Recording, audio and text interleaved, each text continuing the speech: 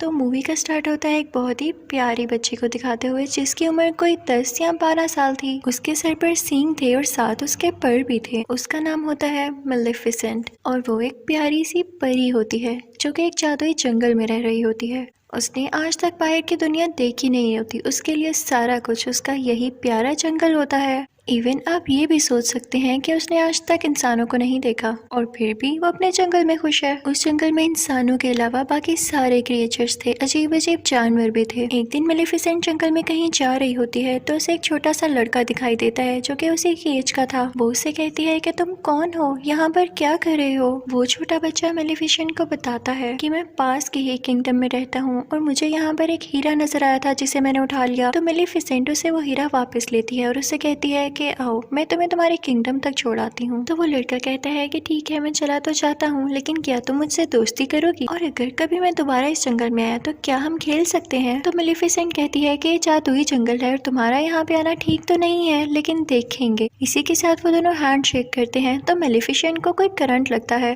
In fact उसे उस लड़के की पहनी गई लोहे के रिंग से करंट लगा था। वो बताती है कि लोहा परियों को जला देता है, तो आइंदा इसे पहनकर मत आना। इसके बाद हम देखते हैं कि वो लड़का अपने किंगडम में वापस चला जाता है, लेकिन जिस किंगडम से वो आया था वो किंगडम इस जंगल पे कब्जा करना चाहता था और इस लड़के के माँ बाप भी जिंदा नहीं थे। इसकी मेलेफिसेंट से काफी अच्छी दोस्ती हो चुकी थी और इनके दोनों के जहन में ये बात थी ही नहीं कि हम एक दूसरे के दुश्मन किंगडम से हैं। ये दोनों एक साथ खेलते रहे और इसी तरह कई साल गुजर गए। वो लड़का यहाँ आता रहता और मेलेफिसेंट और ये मिलके खेलते और अब ये दोनों बड़े हो चुके थे। वो दोनों 16 साल के हो चुके थे और एक दूसरे को पसंद करने लगे थे। मेलेफिसेंट को अब लगता था कि इंसान परियों के दुश्मन नहीं हैं, वो बहुत अच्छे होते हैं। उसे ये भी नहीं पता था कि उनमें ग्रीड भी होती है, यानी लालच भी होती है। एक दिन मेलेफिसेंट सोच रही होती है कि उस लड़के को आए हुए काफी दिन हो चुके हैं और उसको उस लड़के की एक और बात भी याद आती है कि उसने कहा था कि जब मैं बड़ा हो जाऊंगा तो अपने किंगडम पर कब्जा करूंगा और जो यहाँ पे किला है उसको भी मैं हासिल कर लूंगा। यानी मेलेफिसेंट को तो अभी भी ये समझ नहीं आ रहा होता कि वो लड़का लालची था। मेलेफिसेंट एक दिन अपने जंगल में बैठी होती है तो देखती है कि दूसरे किंगडम का राजा अपनी काफी ज्यादा आर्मी और घोड़ों के साथ उसके जंगल पर कब्जा करने आया है। मेलेफिसेंट अपने जंगल की परी होती है और वो अपने जंगल को प्रोटेक्ट करना अच्छे से जानती थी। वो उठ खड़ी होती है और अब काफी ज्यादा पावरफुल होती है। वो उस राजा से कहती है कि तुम मेरे जंगल में नहीं आ सकते। तो राजा कहता है मैंने तुमसे तो नहीं पूछा, और इसी के साथ वो अपने लोगों को ऑर्डर देता है कि मुझे इसकी डेड बॉडी चाहिए। अब राजा की आर्मी जंगल की तरफ जाने लगती है, लेकिन जंगल में से भी अजीबोगरीब क्रिएचर्स घोड़े पर बैठे हुए इन पर अटैक करते हैं और अब राजा और उसकी आर्मी पूरी तरह से जख्मी हो चुकी थी। सारे के सारे इंसान वहाँ से डर के भाग जाते हैं कि ये जंगल तो जादुई है और हमारे पास की बात नहीं है इनसे लड़ना। अब राजा अपने किंगडम में वापस चला जाता है। वो काफी बूढ़ा हो चुका था और काफी कमजोर भी। तो वो सब लोगों को इकट्ठा करता है और उनसे कहता है कि तुम सब जानते हो ना कि उस जंगल में कितना ज्यादा खजाना है, और मैं शुरू से तुम लोगों से यही कहता आ रहा हूँ कि हम उस पर कब्जा करेंगे, लेकिन अब जैसी मेरी हालत है मुझे नहीं लगता कि मैं वहाँ जाकर लड़ सकता हूँ। लेकिन मैं तुम लोगों से वादा करता हूँ कि जिसने उस मेलेफिसेंट को मार दिया मैं उसकी शादी अपनी बेटी से कर दूंगा। तभी उनमें से एक लड़का बाहर आता है और कहता है कि मैं जाऊंगा वहाँ पर। आप ये सुन के हैरान रह जाएंगे कि ये लड़का कौन था। ये था स्टीफन, यानी वही छोटा बच्चा जो कि मेलेफिसेंट के साथ खेला करता था। अब हम देखते हैं कि स्टीफन जंगल में जाता है मेलेफिसेंट से मिलने के लिए कई साल बाद। मेलेफिसेंट उसे पूछती है कि इतना अरसा तुम कहाँ रहे, तुम्हें जरा ख्याल नहीं आया हमारी दोस्ती का। तो वो कहता है कि मुझे माफ कर दो, मैं कुछ मसरूफ हो गया था, लेकिन मैं तुम्हें आज तक नहीं भूला और अभी भी मैं तुम्हें यही बताने आया हूँ कि हमारा राजा तुम्हें मारना चाहता है। तुम बस अपना ख्याल रखना, मैं तुम्हारी यहाँ पे हिफाजत प्रोटेक्शन करने आया हूँ। और इसके बाद वो दोनों बातें करने लगते हैं। मेलेफिसेंट उससे कहती है कि मैंने तुम्हें माफ किया, क्योंकि उसको नहीं पता होता कि इंसान किस कदर बुरे हो सकते हैं। वो उस पर यकीन जो कर लेती है। लेकिन स्टीफन बहुत लालची इंसान था। वो उसे कोई नशे की दवाई पिला देता है पानी में, जिससे वो बेहोश हो जाती है। उसके बाद स्टीफन चाकू उठाता है और उसे मारने लगता है, लेकिन नाकाम रहता है। और फिर अगली सुबह जब हम देखते हैं कि मेलेफिसेंट की आंख खुलती है तो उसके पर नहीं होते, वहाँ पर उसके जख्म हुए होते हैं, जिसे देख के मेलेफिसेंट को अपनी आंखों पर यकीन नहीं आता और वो चिल्लाने लगती है, रोने लगती है, क्योंकि उसके खूबसूरत पर अब उसके साथ नहीं रहे थे। वो अब परों वाली परी नहीं रही थी। दूसरी तरफ हम देखते हैं कि स्टीफन मेलेफिसेंट के पर लेके राजा के पास आता है और कहता है कि ये लें, मैंने आपसे किया हुआ वादा पूरा कर दिया। राजा उससे बहुत खुश होता है और उससे पढ़ लेके उसे इस किंगडम का राजा बना देता है। और यहाँ पे स्टीफन का भी ख्वाब पूरा हो चुका था, उस लालची इंसान का ख्वाब। दूसरी तरफ जंगल में हमें मेलेफिसेंट दिखाई जाती है, जो कि काफी उदास थी क्योंकि वो अब उड़ जो नहीं पाती थी। वो एक दिन जंगल में चलकर कहीं जा रही होती है कि देखती है कि एक शिकारी किसी कौवे को मारने वाला है। उसे ये सब चीजें बर्दाश्त नहीं होती थी, तो वो फौरन से उस कौवे को इंसान बना देती है और वो शिकारी बेचारा वहाँ से डर के भाग जाता है। वो कौवा जो कि अब इंसान बन चुका था उसके पास आता है और कहता है कि थैंक यू, लेकिन आपने ऐसा क्यों किया? तो मेलेफिसेंट कहती है कि मैं नहीं बता सकती, बस मेरे दिल में रहम आ गया। तो वो कौवा कहता है कि अब मैं आपकी सारी जिंदगी खिदमत करूंगा, आप जो मुझसे कहेंगे मैं आपकी हर बात मानूंगा। वो इंसान बनने पे काफी खुश होता है। तो मेलेफिसेंट भी इस बात से एग्री हो जाती है और उसका नाम डीएवल रखती है। हम डीएवल उसे इन्फॉर्मेशन ला कर देता था। मेलेफिसेंट को पता चलता है कि स्टीफन ने सिर्फ और सिर्फ राजा बनने की लालच में उसके पर काटे, तो उसे इंसानों से नफरत होने लगती है। उसका ट्रस्ट इंसानों पर से खत्म हो जाता है। फिर हम देखते हैं कि उस तरफ किंगडम में स्टीफन की राजा की बेटी के साथ शादी हो चुकी थी और अब उसकी एक बेटी भी पैदा होती है। वहाँ पे काफी ज्यादा सेलिब्रेशंस हो रही होती हैं और किसी को कुछ पता नहीं होता कि वहाँ पे कौन कौन आ रहा था, कितनी कितनी दूर से आ रहा था। और इसी चीज का फायदा उठाते हुए मेलेफिसेंट भी वहाँ पर जाती है और उसे विश करने लगती है। वो उस छोटी बेबी से कहने लगती है कि तुम बहुत प्यारी हो, लेकिन जैसे ही तुम 16 साल की होगी तुम्हारे हाथ में एक सुई चुभेगी, जिसके बाद तुम्हारी डेथ हो जाएगी, तुम्हारी मौत हो जाएगी। तो स्टीफन उसके आगे किड़किड़ाने लगता है और कहता है कि ऐसा नहीं करो, तुम मेरा बदला मेरी बेटी से क्यों ले रही हो? तो मेलेफिसेंट कहती है कि मैं भी एक लड़की थी और याद है तुमने मेरे साथ क्या किया था। मेलेफिसेंट के दिल में अभी भी कुछ रहम बाकी होता है, तो वो स्टीफन से कहती है कि एक सोल्यूशन है, अगर तुम्हारी बेटी को उसके 16th बर्थडे पे उसका सच्चा प्यार मिल गया तो उसकी जान बच सकती है। स्टीफन इस बात से काफी परेशान हो जाता है और 3 छोटी छोटी परियों को बुलाता है और कहता है कि मेरी बेटी को यहाँ से दूर ले जाओ और जब तक ये 16 साल की नहीं हो जाती इसे यहाँ मत लेकर आना, वरना इसका कर्ज सच्चा हो जाएगा। और उसके बाद वो निकलता है जंगल पर अटैक करने के लिए, लेकिन ऐसा नहीं कर पाता क्योंकि जंगल की बाउंड्रीज को मेलेफिसेंट ने कवर कर रखा था अपनी पावर से और अब कोई भी इंसान उस जंगल में नहीं आ सकता। फिर हम देखते हैं कि वो प्रिंसेस जो स्टीफन की बेटी होती है उसका नाम अरोरा होता है और वो 3 परियों से लेके काफी दूर चली गई होती है, लेकिन मेलेफिसेंट को अभी भी उसका मुकाम पता था कि वो किस जगह पर रह रही है। वो उसे डराने की कोशिश करती है, लेकिन वो छोटी बच्ची यानी प्रिंसेस अरोरा हंसने लगती है और अब मेलेफिसेंट का दिल भी उसके लिए सॉफ्ट होने लगा था क्योंकि मेलेफिसेंट एक अच्छी परी थी, वो जालिम औरत नहीं थी। वो 3 परियां जो प्रिंसेस अरोरा की केयर करती थी काफी ज्यादा केयरलेस थी और अक्सर मेलेफिसेंट खुद प्रिंसेस अरोरा की जान बचाती थी, कभी पहाड़ से नीचे गिरने से, कभी दरख्त से गिरने से। वक्त के साथ साथ प्रिंसेस अरोरा बड़ी होने लगती है। अब प्रिंसेस अरोरा पूरे 15 साल की हो चुकी थी, यानी उसका कर्ज पूरा होने में सिर्फ 1 साल बचा था। अब वो 3 परियों से जिस जगह पर लेकर आई थी वो एक बाउंड्री के अंदर थी और उसके आसपास काफी ऊंची ऊंची लकड़ियां थी। प्रिंसेस अरोरा ने भी इसके बाहर की दुनिया नहीं देखी थी, जैसे मेलेफिसेंट ने नहीं देखी थी, तो उसको सस्पेंस होता था कि आखिर इसके बाहर है क्या। तो एक दिन वो वहाँ पर जाती है और वहाँ पर देखने लगती है कि तभी उसे फील होता है कि जैसे यहाँ पर कोई है। वो आवाज देने लगती है, कोई है तो सामने आओ, मुझे बहुत से क्वेश्चंस पूछने हैं। अब मेलेफिसेंट होती है वहाँ पर, उसे रहा नहीं जाता और वो प्रिंसेस अरोरा के सामने आ जाती है। प्रिंसेस अरोरा उसे देख के चिल्लाती है और कहती है, आप तो वही है जो बचपन से मेरा ख्याल रखती है, लेकिन कभी मेरे सामने क्यों नहीं आई? आप तो मेरी गॉड मदर हैं, मैं आपको पहचानती हूँ और जो आपके साथ कौवा है ना, मुझे वो भी बहुत अच्छा लगता है। मेलेफिसेंट को इस जवाब की बिल्कुल उम्मीद नहीं होती, तो वो भी अंदर अंदर से खुश हो जाती है क्योंकि मैंने आपको बताया ना वो बहुत अच्छी परी थी। वो अरोरा से प्यार करने लगती है और अब वो नहीं चाहती थी कि जो कर्ज मैंने इसे दिया वो इसे कभी भी लगे। उन दोनों में काफी दोस्ती हो गई थी और बिल्कुल वो एक माँ बेटी की तरह एक साथ रहती थी, खेलती थी, बातें करती थी। एक दिन जब प्रिंसेस अरोरा सो रही होती है तब मेलेफिसेंट अपनी सारी पावर्स यूज करके वो कर्ज वापस लेने की कोशिश करती है,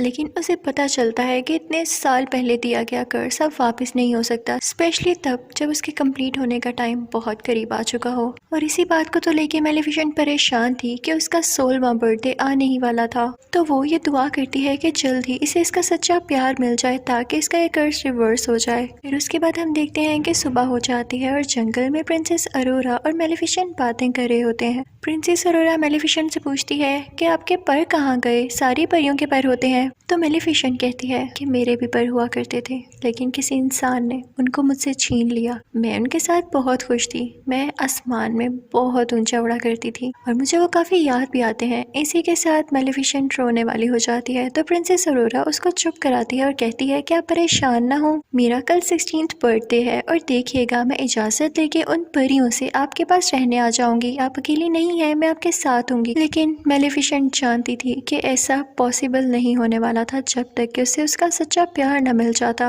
और एक दिन में ऐसा तो हो नहीं सकता था। प्रिंसेस अरोरा वहां से अपने घर जा रही होती है कि रास्ते में उसे एक लड़का दिखाई देता है जो कि काफी प्यारा था और उसी के जितना था। वो दोनों जैसे एक दूसरे की तरफ देखते हैं तो एक दूसरे को पसंद करने लगते हैं। खैर उसके बाद प्रिंसेस अरोरा वहां से अपने घर चली जाती है और उन तीनों परियों से कहती है कि मैं अब यहाँ से जाना चाहती हूँ। वो उनसे ये बात कह रही होती है कि मैं इस घर से दूर मेलिफिसेंट के पास जाना चाहती हूँ। तो परियों को लगता है कि शायद इसे उस बात का पता चल चुका है कि इसके पेरेंट्स अभी भी जिंदा है और ये किंगडम जाना चाहती है अपनी बर्थडे के बाद। वो तीनों परियां उसको सारा कुछ सच बता देती हैं कि क्या क्या हुआ, और एक इविल फेरी है जो कि तुम्हारी जान लेना चाहती है। वो उसे बताती है कि वो कोई और नहीं बल्कि मेलिफिसेंट है। और ये सुनकर प्रिंसेस अरोरा को अपने कानों पर यकीन नहीं आता। वो काफी उदास होकर मेलिफिसेंट के पास जाती है और उनसे पूछती है कि क्या जो मैंने सुना वो सारा कुछ सच है। तो मेलिफिसेंट उसे प्यार से कहती है कि हाँ ये सच है, मैंने तुम्हें कर्ज दिया था लेकिन अब मेरा दिल बदल चुका है। मैंने सिर्फ तुम्हारे फादर की वजह से ऐसा किया। मैं भी अब नहीं चाहती कि तुम मर जाओ, मैं तुमसे बहुत प्यार करती हूँ। लेकिन प्रिंसेस अरोरा काफी हर्ट होती है और वहां से चली जाती है। वो सीधा उस किंगडम की तरफ भागती है और जाके अपने फादर यानी स्टीफन राजा के गले लग जाती है और कहती है कि डैड, मैंने आप लोगों को बहुत मिस किया। मुझे लगता था कि शायद मैं अकेली हूँ। उसके डैड को बहुत गुस्सा आता है उन तीन परियों पर। वो कहते हैं कि जब मैंने कहा था कि अरोरा को उसकी 16th बर्थडे के बाद लेकर आना है तो तुम लोग सब कुछ जानते हुए भी इसे एक दिन पहले क्यों ले आए जब कर्ज होने ही वाला है पूरा। वो अपने लोगों को ऑर्डर देते हैं कि इसे वापस छोड़ाओ या इसे एक कमरे में बंद कर दो जहाँ इसके आसपास कुछ भी ना पड़ा हो और ना कोई इस कमरे में जाए। लेकिन वो राजा कर्ज को रोक थोड़ी सकता था। तो अब जैसे ही प्रिंसेस अरोरा का 16th बर्थडे आता है तो कर्ज के असर में प्रिंसेस अरोरा खुद ब खुद उस जगह पर चली जाती है जहाँ पर स्पिनिंग व्हील्स पड़े होते हैं और उन पर सुइयां लगी होती हैं। वो कर्ज की वजह से उस सुई को अपने आप ही टच कर लेती है और फिर बेहोश हो जाती है, गहरी नींद में चली जाती है। राजा बहुत परेशान होता है क्योंकि अब उसकी बेटी गहरी नींद में जा चुकी थी और कभी भी उठने वाली नहीं थी। उधर मेलिफिसेंट को भी काफी दुख हो रहा होता है तो उस लड़के को बुलाती है जो कि प्रिंसेस अरोरा को उस दिन रास्ते में मिला। उसे लगता है कि हो सकता है कि ये दोनों एक दूसरे को पसंद करने लगे हों और अगर ये प्रिंसेस अरोरा को मिल जाए तो प्रिंसेस अरोरा जाग जाए। तो मेलिफिसेंट उस लड़के को लेके वहां पर जाती है जहां पर प्रिंसेस अरोरा सो रही होती है। उसी दौरान वहां पर वो मौजूद जो परी होती है जो प्रिंसेस अरोरा का ख्याल रखा करती थी, वो राजा से कहती है कि आप प्रिंसेस अरोरा के फादर हैं, आप उसके माथे पर चूमे, हो सकता है कि वो जाग जाए, हो सकता है आप ही उसका सच्चा प्यार हो। तो किंग स्टीफन कहता है कि नहीं, मैं कभी किसी का सच्चा प्यार नहीं हो सकता, मैंने मेलिफिसेंट को धोखा दिया और उसी लिए ये सब कुछ हो रहा है। अब जब मेलिफिसेंट उस लड़के को यहाँ पर आती है और वो प्रिंसेस अरोरा के पास जाता है तो प्रिंसेस अरोरा नहीं जागती। मेलिफिसेंट को पता चल जाता है कि ये इसका ट्रू लव नहीं है। मेलिफिसेंट ये देख के रोने लगती है और उससे कहती है कि मैं तुम्हें बहुत याद करूंगी, मुझे तुम्हारी स्माइल याद आएगी, मैं तुम्हें कभी नहीं भुला पाऊंगी। और ये कह के मेलिफिसेंट रोते हुए उसके माथे पर किस करती है और वहाँ से जाने लगती है। लेकिन तभी उसे पीछे से आवाज आती है, रुकिए गॉड मदर। और ये आवाज प्रिंसेस अरोरा की होती है। जी हाँ, प्रिंसेस अरोरा का ट्रू लव, उसका सच्चा प्यार मेलिफिसेंट ही थी क्योंकि वो उससे दिल से प्यार करती थी। प्रिंसेस अरोरा मेलिफिसेंट से कहती है कि मैं आपके साथ जंगल में रहना चाहती हूँ। तो मेलिफिसेंट उसे अपने साथ लेके जाने लगती है, लेकिन तभी पीछे से स्टीफन के लोग उन पर जाल डाल देते हैं। वो लोहे का जाल होता है जो कि परियों को चला सकता था। मेलिफिसेंट यहाँ पे बहुत बेबस हो जाती है और अपने कव्वे को ड्रैगन बना देती है। वो कौवा यानी जो कि अब ड्रैगन था अपने मुंह से आग निकालने लगता है और वहाँ पर मौजूद सारे लोगों को जला देता है। मेलिफिसेंट अब आजाद भी हो जाती है, लेकिन तभी यहाँ पर आता है किंग स्टीफन अपने कुछ लोगों के साथ और इसने लोहे की शील्ड पहनी होती है ताकि मेलिफिसेंट को हमेशा के लिए मार दे। दूसरी तरफ प्रिंसेस अरोरा को मेलिफिसेंट के वही पर नजर आ जाते हैं। वो पर मूव कर रहे होते हैं जैसे उन्हें भी पता चल गया हो कि उनकी मालिक यहाँ पर है। प्रिंसेस अरोरा उन परों को आजाद कर देती है और वह खुद ब खुद मेलेफिसेंट के साथ जाके लग जाते हैं। मेलेफिसेंट दोबारा से उड़ने लगती है और स्टीफन को अपने साथ उड़ा लेती है, लेकिन उसे बिल्डिंग से नीचे नहीं गिराती। स्टीफन उस पर अटैक करने लगता है, जिसकी वजह से वो दोनों ही बिल्डिंग से नीचे गिरने लगते हैं, यानी कैसल से। स्टीफन ने मेलेफिसेंट के परों को पकड़ा होता है ताकि वो उड़ न सके, लेकिन जैसे ही वो लोग जमीन पर गिरने वाले होते हैं, मेलेफिसेंट अपने पर खोल लेती है और उड़ जाती है, लेकिन इस वजह से स्टीफन जमीन पर गिरकर मर जाता है। यानी अब ये लालची आदमी इस दुनिया में नहीं रहा था, सब कुछ ठीक हो चुका था। अगली सुबह हम देखते हैं कि मेलेफिसेंट उन सब बाउंड्रीज को हटा देती है जो उसने जंगल के गिर्द बनाई हुई थी। वहाँ पर दोबारा से फूल खिलने लगते हैं, ग्रीनरी वापस आ जाती है। उसके बाद वो प्रिंसेस अरोरा से कहती है कि आज के बाद तुम इस जंगल की रानी हो, और वहाँ का किंगडम और ये जंगल आपस में मिल जाते हैं और सब बहुत हंसी खुशी जिंदगी गुजारने लगते हैं। यहाँ पर मेलेफिसेंट पार्ट 1 एंड हो जाता है और आपको एक्सप्लेन करूंगी मेलेफिसेंट पार्ट 2। मूवी शुरू होती है तो हम देखते हैं कि कुछ लोग उसी जादुई जंगल में जहाँ मेलेफिसेंट रहती थी वहाँ पर आकर कुछ जादुई क्रिएचर्स को चुरा रहे होते हैं, और इसी दौरान मेलेफिसेंट भी आ जाती है। मेलेफिसेंट उन तीनों में से 2 आदमियों को तो पकड़ लेती है, लेकिन तीसरा वहाँ से वो क्रिएचर चुराकर दूर जंगलों में भाग जाता है जहाँ पर ग्लोइंग फ्लावर्स निकले हुए थे। वो आदमी वहाँ से किंगडम की तरफ भाग जाता है। वो एक दरवाजा खोलता है तो उसमें से एक होल में से हमें किसी आदमी का हाथ दिखाई देता है। वो आदमी जिसने वो क्रिएचर चुराया, उस आदमी को वो क्रिएचर दे देता है। उसके कपड़ों पर वही ग्लोइंग फ्लावर भी लगा होता है जिसे वो आदमी ले लेता है और इन दोनों चीजों के बदले में उसे पैसे देता है। फिर हमें ये भी दिखाया जाता है कि उस किंगडम के लोग अभी तक मेलेफिसेंट को दिल से अच्छा नहीं मानते थे। वो समझते थे कि इसने हमारी प्रिंसेस को चुराया और ये हमेशा से प्रिंसेस अरोरा को मारना चाहती थी। अब सीन चेंज होता है और हम प्रिंसेस अरोरा को जंगल में काफी खुश देखते हैं। वो वहाँ की रानी जो बन चुकी थी और डिफरेंट क्रिएचर्स के साथ डांस कर रही थी। सब लोग उसके पास अपने अपने मसले लेकर आते थे। उसे बताया जाता है कि यहाँ से एक क्रिएचर गायब हो गई है, वही क्रिएचर जो कि वो आदमी चुरा कर भागा था। तो ये सुन के प्रिंसेस अरोरा काफी परेशान हो जाती है। तो वहाँ पे वही छोटी हाइट वाली 3 परियां आती हैं और उसे खुश करने लगती हैं। उसका क्राउन लेके भागने लगती हैं ताकि वो भी उसके पीछे पीछे आए। और प्रिंसेस अरोरा जैसे ही नीचे जाती है तो उसे कौन दिखाई देता है भला? वही लड़का जो कि मूवी यानी मेलेफिसेंट पार्ट 1 के एंड पे उसके पास आया था, लेकिन तब तक वो उसका ट्रू लव नहीं था। वो भी एक प्रिंस था और उसका नाम था प्रिंस फिलिप। वो काफी अरसे से प्रिंसेस अरोरा को पसंद करता था और यहाँ पर फाइनली वो उसे प्रपोज कर देता है, जिसे सुनकर प्रिंसेस अरोरा भी काफी खुश होती है क्योंकि वो भी उसे कहीं ना कहीं पसंद करती थी। ये सब कुछ मेलेफिसेंट का कौवा यानी डेवियल भी देख रहा होता है। वो जाके सब कुछ मेलेफिसेंट को बताता है। तो मेलेफिसेंट वहाँ से उड़कर प्रिंसेस अरोरा से बात करने आती है और दूसरी तरफ वो प्रिंस फिलिप भी अपने पेरेंट्स को बताने के लिए जाता है कि मुझे एक लड़की पसंद आ चुकी है। फिर हम देखते हैं कि प्रिंस फिलिप अपने किंगडम पहुंच चुका है और वहां पर जाकर वो अपने फादर यानी किंग को, क्वीन को और बाकी लोगों को बताता है कि मैं उस लड़की को प्रपोज कर आया हूँ और उसने एक्सेप्ट भी कर लिया है। जिसको सुनकर उसके फादर यानी किंग काफी खुश होते हैं, लेकिन क्वीन वो तो सैड हो जाती है। लेकिन वो ये चीज अपने बेटे को शो नहीं करवाती। उसका दिल तो नहीं था, लेकिन फिर भी वो कहती है कि चलो ठीक है, प्रिंसेस अरोरा और उसकी गॉड मदर यानी मेलेफिसेंट को हम डिनर पे बुला लेते हैं। दूसरी तरफ हम मेलेफिसेंट को प्रिंसेस अरोरा से बातें करता हुआ देख रहे होते हैं। वो कहती है कि तुम्हें मुझसे एक बार पूछ लेना चाहिए था प्रिंस से मंगनी करने से पहले। मेलेफिसेंट कहती है कि सच्चे प्यार जैसी कोई चीज नहीं होती, लड़के हमेशा धोखा देते हैं, तभी तो तुम्हारा ट्रू लव मैं बनी। मैं तुमसे दिल से प्यार करती हूँ, इसलिए तुम्हारा भला कह रही हूँ। तो प्रिंसेस अरोरा कहती है कि प्लीज आप ऐसा ना सोचें, अगर किसी ने आपको धोखा दिया तो हो सकता है कि बाकी दुनिया के लोग वैसे ना हो। तो मेलेफिसेंट कहती है कि ठीक है, मैं तुमसे प्यार करती हूँ इसलिए तुम्हारी बात मान रही हूँ। अब हम देखते हैं कि वो दिन आ चुका है जब इन दोनों फैमिलीज में एक साथ डिनर है। तो क्वीन जो कि प्रिंस फिलिप की मदर थी, वो अपनी एक सीक्रेट क्लोजेट में जाती है। वो जब वहाँ पर जा रही होती है तो हमें ये दिखाया जाता है कि वो एक आयरन फैक्ट्री है।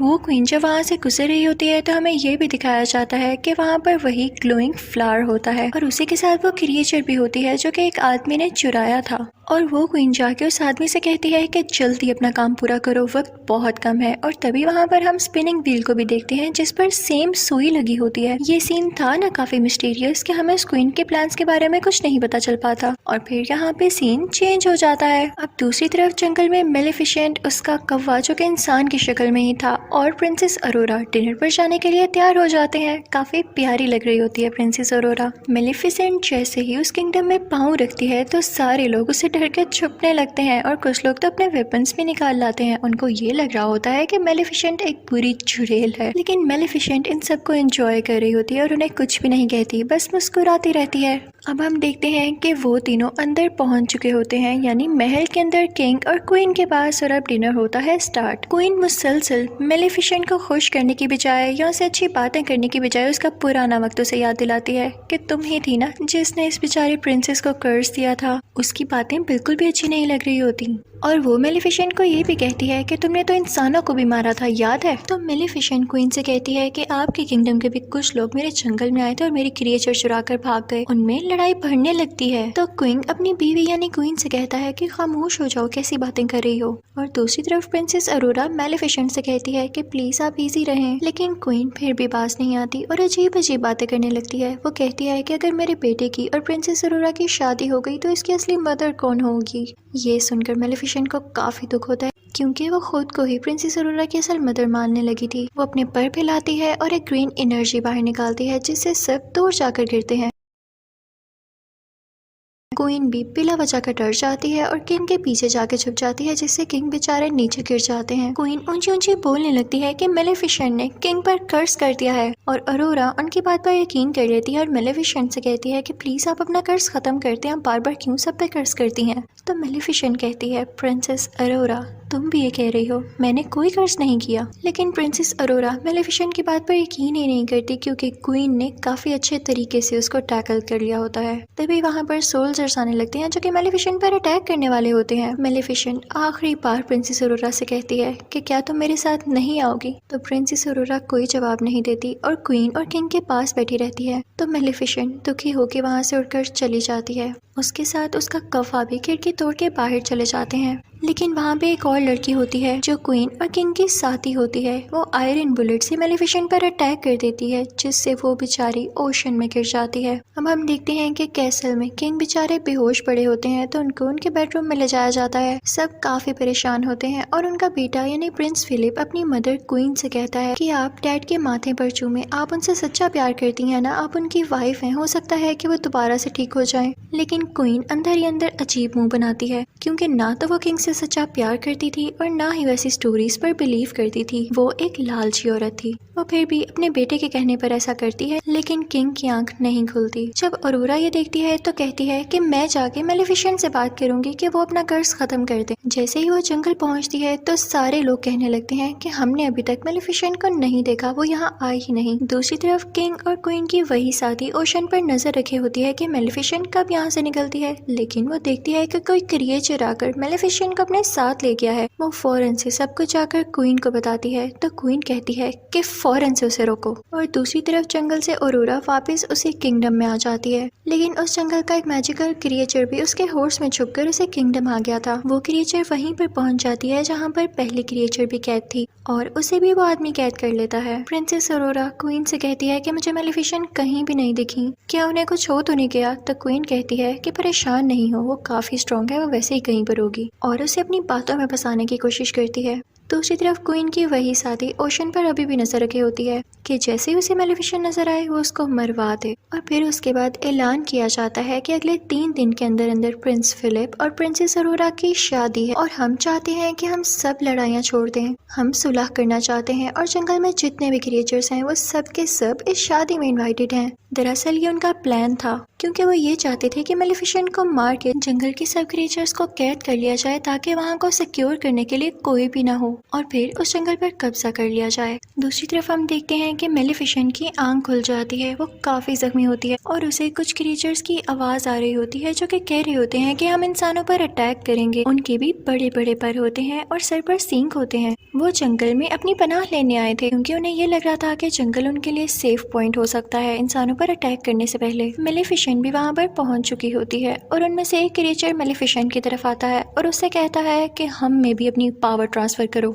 इंसानों को कैसे हराया जा सकता है हमें भी बताओ। लेकिन मेलिफिसेंट उसे दूर फेंकती है। उन क्रिएचर्स के हेड का नाम बोरा होता है। वो जब देखता है कि मेलिफिसेंट में इतनी पावर है कि किसी को भी इतनी दूर उड़ा के फेंक सकती है, तो वो काफी खुश होता है। कि अब हमें इसको टैकल करने में काफी आसानी होगी। अब बोरा का साथी मेलेफिसेंट को अपने साथ लेके केव में आ जाता है और उसे बताता है कि यहाँ पे बुरी और अच्छी फेरीज एक साथ रहा करती थी, क्योंकि इंसान उन्हें हंट करने लगे थे, इस वजह से उन्हें एक साथ रहना पड़ा। फिर वो एक स्ट्रक्चर के पास आता है जो कि वहाँ पे स्टिल था, कोई मूवमेंट नहीं कर रहा था। तो बोरा का साथी उसे बताता है कि मेलेफिसेंट, तुम इन्हीं की औलाद में से हो, तुम आखिरी पावरफुल और अच्छी परी बची हो। वो आदमी मेलेफिसेंट को बताता है कि तुम बहुत पावरफुल हो और जल्द ही तुम एक ऐसी स्टेज पे पहुंचोगी जिससे तुम दुनिया की सबसे ज्यादा ताकतवर परी बन जाओगी। लेकिन वो आखिरी स्टेज तुम अभी पार नहीं कर पाई और वो है प्रिंसेस अरोरा को माफ करना, क्योंकि सारी जिंदगी तुमने उससे मोहब्बत की है, उससे प्यार किया है और इसके लिए बहुत करेज चाहिए कि आप किसी को दिल से माफ कर दें। और जो किसी को दिल से माफ कर देता है वही इस दुनिया का सबसे ताकतवर इंसान होता है। तो मेलेफिसेंट कहती है कि नहीं, मैं उसे माफ नहीं कर सकती, मैंने उसे हमेशा प्यार किया लेकिन उसने मुझे धोखा दिया। तभी वहाँ पर बोरा भी आ जाता है और बताता है कि प्रिंस फिलिप और प्रिंसेस अरोरा की शादी हो रही है और ये हमारे पास अच्छा मौका है उन पर अटैक करने के लिए। लेकिन मेलेफिसेंट यहाँ चुप रहती है। दूसरी तरफ हम ये भी देखते हैं कि प्रिंसेस अरोरा को क्वीन अपनी ढकी छुपी बातों से काफी टॉर्चर करने लगती है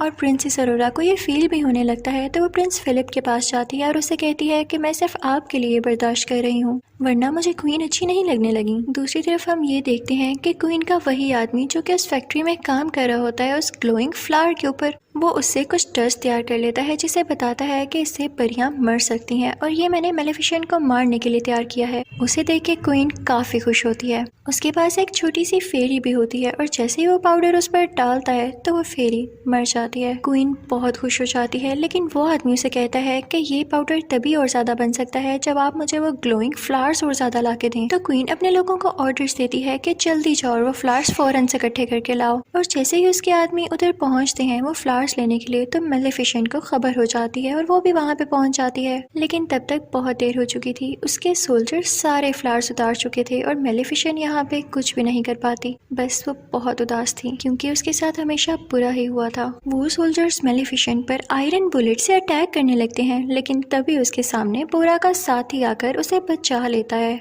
मेलेफिसेंट भी एक शील्ड बना लेती है जिससे वो लोग प्रोटेक्टेड हो जाते हैं और बोरा बाकी सोल्जर्स पर अटैक करने लगता है। लेकिन जैसे ही मेलेफिसेंट बोरा के साथी को केव तक लाती है तो तब तक वो बेचारा मर चुका होता है। अगली सुबह हम देखते हैं कि प्रिंस फिलिप और प्रिंसेस अरोरा की शादी के इवेंट शुरू हो चुके होते हैं और जंगल की सारी क्रिएचर्स उस किंगडम की तरफ जा रही होती हैं। लेकिन जैसे ही मेलेफिसेंट का कौवा, जो कि इंसानी शक्ल में ही होता है, वो अंदर जाने लगता है तो उसे रोक लिया जाता है। फिर हम देखते हैं कि प्रिंसेस अरोरा काफी प्यारी लग रही होती है और प्रिंस फिलिप उसे एक फ्लावर देता है जो कि कोई और फ्लावर नहीं, उसी के जंगल का ग्लोइंग फ्लावर था। उसे देख के काफी हैरानी होती है कि क्वीन ने क्यों भिजवाया है मेरे लिए। वो क्वीन को ढूंढने के लिए जाती है और तभी उसे वो सीक्रेट डोर भी मिल जाता है। उसके हाथ में अभी भी वो फ्लावर था और वो जाते जाते उसे स्पिनिंग व्हील के पास पहुंच जाती है। उसे वो सारे विजन्स आने लगते हैं कि कर्स क्या था और मुझे यहाँ पर कैसे ले जाया जा रहा है। वो वहाँ पर देखती है कि दो फेरीज भी कहते हैं वही क्रिएचर्स जिसे उस आदमी ने कैद किया था। वो उनको छुड़ाने ही लगती है लेकिन वो आदमी उसे रोक लेता है।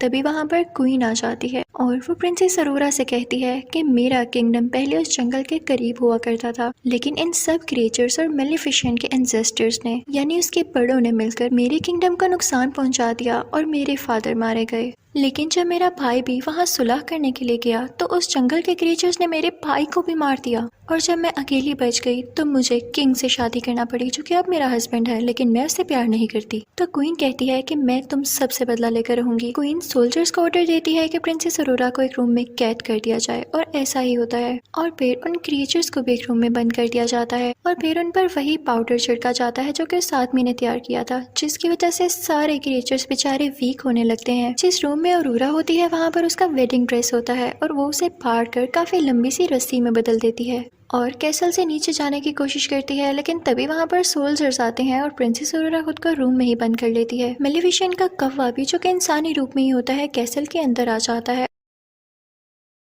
और दूसरी तरफ प्रिंस फिलिप अपने बीमार फादर के पास बैठा होता है और उसे ये सब कुछ नहीं पता होता। अब क्वीन अपने कैसल की छत पर होती है और वो इस जंगल की तरफ काफी बॉम्ब्स फेंक रही होती है। दूसरी तरफ बोरा भी अपने लोगों के साथ इस किंगडम पर अटैक करने के लिए आ रहा होता है। दूसरी तरफ अरोरा मौका पाके उसी ड्रेस से लटकते हुए नीचे आ जाती है किंग के रूम में, जहाँ पे प्रिंस फिलिप भी होता है। वो उसे सब कुछ बताती है कि क्वीन ने मेरे साथ क्या किया और मेलेफिसेंट ने आपके फादर को कर्स नहीं दिया बल्कि आपकी मदर नहीं दिया है, जिसे सुनकर प्रिंस फिलिप काफी हैरान होता है। और दूसरी तरफ हम देखते हैं कि बोरा और उसके साथी किंगडम पर अटैक करने आ रहे होते हैं, लेकिन उन पर मुसलसल आगे से अटैक कर रहे होते हैं किंगडम वाले, और उनमें से कुछ लोगों को पकड़ भी लेते हैं। प्रिंसेस अरोरा को मेलेफिसेंट का वही कौवा दिखाई देता है जो कि इंसान ही बना हुआ था। वो उससे कहती है कि हमें लोगों की जान बचाने के लिए यहाँ की चर्च का दरवाजा खोलना होगा, और वो दोनों मिलकर दरवाजा खोलने लगते हैं। वहाँ पर जाकर वो सारे क्रिएचर्स को बचा लेते हैं, और वहाँ पर मौजूद छोटी छोटी फेरीज उन सुराखों में फूल भर देती हैं जहाँ से पाउडर निकल रहा था, और अब वो डस्ट पाउडर वहाँ से बाहर नहीं निकलता और ना ही किसी क्रिएचर को नुकसान पहुँचाता है। और जब क्वीन की वो साथी लड़की जो कि पाउडर गिरा रही होती है उनको ठीक करने जाती है तो वहीं से खुद ही नीचे गिर जाती है। प्रिंस फिलिप अपनी मदर यानी क्वीन को समझाने जाता है, लेकिन क्वीन सोल्जर से कहती है कि इसको पकड़ लो, लेकिन प्रिंस फिलिप उसी से पहले कैसल से नीचे जंप लगा देता है।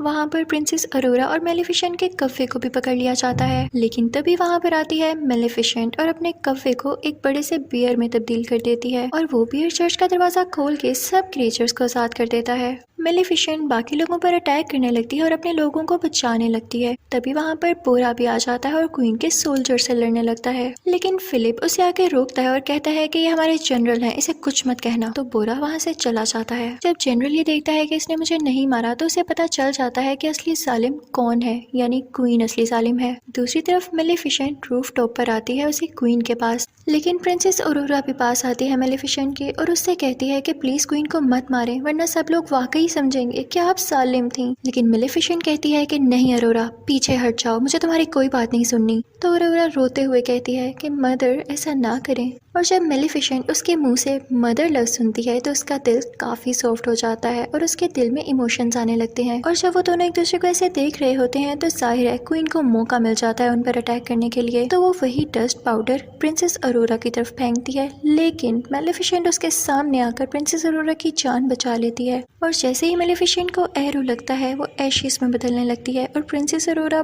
बहुत ज्यादा रोने लगती है। क्वीन ये देख के काफी खुश हो जाती है और ऐलान करती है कि अब तुम लोगों की मेलेफिसेंट नहीं रही और अब मैं पूरी जगह पर कब्जा करने वाली हूँ। लेकिन तभी हम देखते हैं कि प्रिंसेस अरोरा के आंसू मेलेफिसेंट के एशेस पर गिरते हैं और मेलेफिसेंट फिर से जिंदा हो जाती है। उसके बड़े बड़े पर आ जाते हैं। क्वीन को बहुत गुस्सा आता है और वो प्रिंसेस अरोरा को कैसल से नीचे धक्का दे देती है और मेलेफिसेंट उसे बचा लेती है। प्रिंस फिलिप को भी अपनी मदर के बारे में सब कुछ पता चल चुका था, इसलिए वो भी मेलेफिसेंट के पास आ जाता है और मेलेफिसेंट मान जाती है प्रिंसेस अरोरा और प्रिंस फिलिप की शादी के लिए। तभी मेलेफिसेंट के पास वो छोटा आदमी भी आता है जिसने उसके क्रिएचर्स को कैद किया हुआ था। वो उसके क्रिएचर्स छोड़ देता है और उसे वही सुई देता है जिसकी वजह से वो कर्स फैला। अब सबको पता चल जाता है कि कर्स फैलाने वाली असली क्वीन ही थी। अब किंग भी जाग चुका था और क्वीन को बोरा के लोग पकड़ लेते हैं और उसे फेंकते हैं। मेलेफिसेंट उसे कोर्ट में बदल देती है और वहाँ की सारी जगह को फूलों से सजा देती है और फिर वो बोरा से कहती है कि तुम लोग अच्छे क्रिएचर्स हो, तुम हमारे साथ रह सकते हो।